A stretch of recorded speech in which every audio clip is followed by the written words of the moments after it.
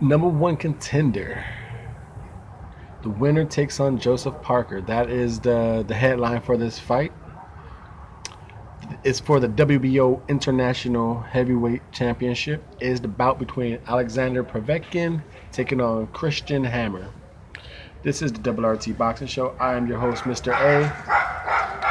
It is about 9:13 Pacific time, United States, here in California. So I believe it's going to be a little before, should be almost about to hit 9 o'clock. So it's about what, 8:13 a.m. in Russia. So you fans are getting ready to see this bout. Hopefully you like this show segment, entertain you before the big fight.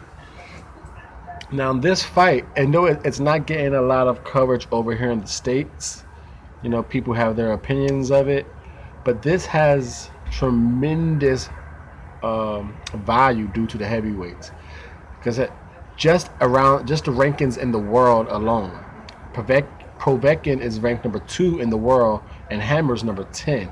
But when you get to the major sanctioning bodies, listen to this. The only one these guys are not ranked in is the WBC. And you kind of know why Povetkin is not, due to the whole failed drug test with Deontay Wilder. So WBC got him out of there. Now, as far as the other 3 sanctioning bodies, get a hold of this. This is it's eye-opening. It's an important fight here. In the WBA, Povetkin is number 2, Hammer's number 3 in the WBA. In the IBF, Hammer's number 4, Povetkin's number 12.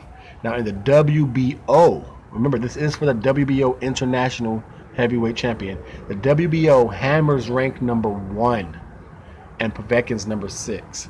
So this is a highly ranked heavyweight championship bout. Like I said, odds are the winner is going to get Parker. Now, what Parker and Joshua are up to, who knows?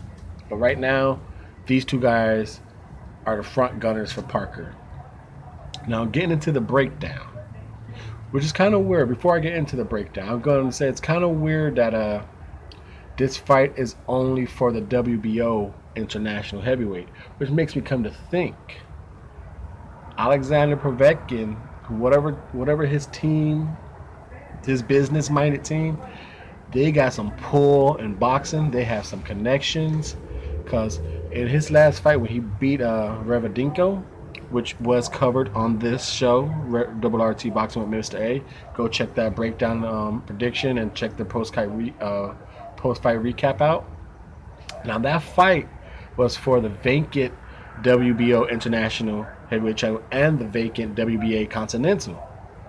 But this bout right here against Hammer, Povetkin only puts the WBO up for grab, the WBO International. So if he loses, he has one more belt, the WBA Continental, to get another crack at another crack at a champion. So coming back, it's amazing. Coming back from investigation, a PED investigation, he gets one fight back. He gets 2 belts, and he gets to defend them separately, getting 2 shots at future champions. Connections, that's all I'm saying. Connections. Now the breakdown itself, right here on RRT Boxing. I am your host, Mr. A. If you're a new viewer from Russia, hopefully you become a new subscriber from Russia. I appreciate your help, appreciate your support you're giving this channel right now. And if you're a new viewer all around the world, same thing. Hope you become a new subscriber from somewhere in the world. Thank you for your support and time. Thank you. I really do appreciate it. Now, let's talk some boxing right here on Ready Talk Boxing, where we stay ready for boxing. Alexander Povetkin, Christian Hammer. Let's see. Christian Hammer. He has a 22-4 record. Out of his 4 defeats, he's been KO'd 3 times. Not a good ratio right there.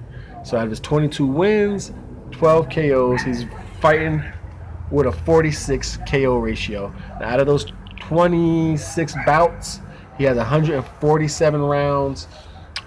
He's the age of 30, and both of these combatants are coming in at 6'2". Now, Povetkin, on the other half, and Christian Hammer is fighting out of Romania. So, I also kind of believe Christian Hammer might have a team of connections too, because he's been well matched to get where he's at. His last big fight was in 2015, completely outclassed by Tyson Fury. But from there, he's on a 5-fight winning streak. Against who? Against professionals. But to get those rankings, number 3 in the WBA, 4 in the IBF, 1 in the WBO, you would think we'll know who. You would think we know those 5 names in that 5-fight winning streak, but we don't. Now, as far as Alexander Povetkin, he's 32-1. His one and only defeat is coming at the hands of Vladimir Klitschko, which we all know it was a jab and grab. It was effective, but we as boxing fans, as a boxing whole, we thought it was going to be a different fight. Even though Klitschko dropped him a couple times, which was normal, Povetkin got up. That's why I don't see why a lot of people made a big deal about Joshua getting off the ground and doing something great. Everyone gets up from a Klitschko knockdown. Like big deal, Joshua got up. But anyway, let's get back on track here. Alexander Povetkin, 32-1. One loss coming to Klitschko. His one loss is a championship bout loss. 32 wins, 23 KO. Fighting with a 70% knockout ratio. So you got a 70% knockout ratio, a 46. If you want to do the numbers, if you're a numbers man, you're kind of getting it right there. Now, these rounds, out of 33 fights, he has 207 rounds. So 207 rounds of experience, so 147 experience of Hammer. Now, the age, see, I think a lot of people forget this. We know Alexander Povetkin. We know his pedigree. We know he could fight. We know he's a good boxer. We know he's, as of right now, or at least maybe not. Hold on. We think he's still the Alexander Povetkin. The Alexander Povetkin that we know and remember, easily top 7 heavyweights, easily. But we remember now. Not too many people, maybe outside of Russia, you guys might know his facts and his info, but just boxing in general, do you know Alexander Povetkin is 38 years old?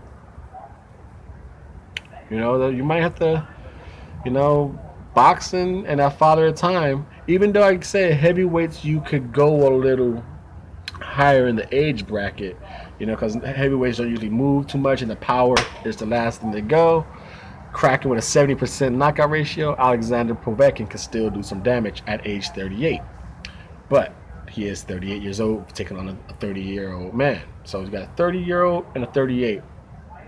So, like I said, both these competitors are 6'2" when it comes to height. Couldn't find Hammer's reach, but Povetkin is coming in with a 75-inch reach. Boom. So you got 2 Orthodox fighter, a Romanian facing a Russia. I believe this fight will have a good turnout, a nice crowd, and the way Russia sets up fight, you guys, oh man, I was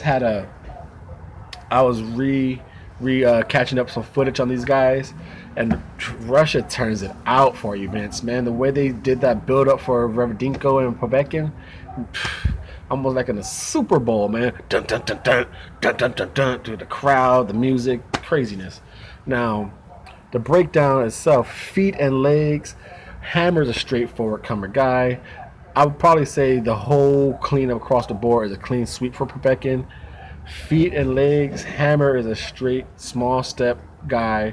Maybe step in the box, get some little movement. While Povetkin, he turns you in a circle. He hops back and forth. Little easy on his feet. No one's gonna use lateral movement in this ring. As far as defense, Like I said, it's all Povetkin's clean sweep. Povetkin could slip punches. He'll catch and shoot.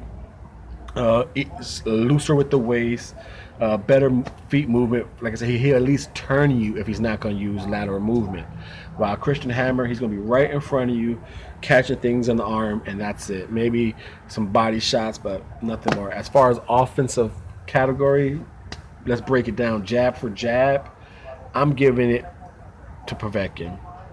Punch variation, like I said, I already gave all this category to um, Alexander, but if you want to break the offensive category down, punch for punch, jab for jab, Povetkin. Power, the numbers tell us Povetkin. My eyeball set tells me Povetkin. I think he gets more leverage from his waist, his body, his legs. He just generates more power. I think he has better technique in his punching. As far as variation, Hammer's very simple. 1-2s and some hooks. You might throw a slow uppercut in there. And Povetkin's a hook and a jab. It's kind of very similar combination there. Speed goes to Povetkin. He changes it up a little bit, but Hammer's just very slow, very methodical, and just goes to it.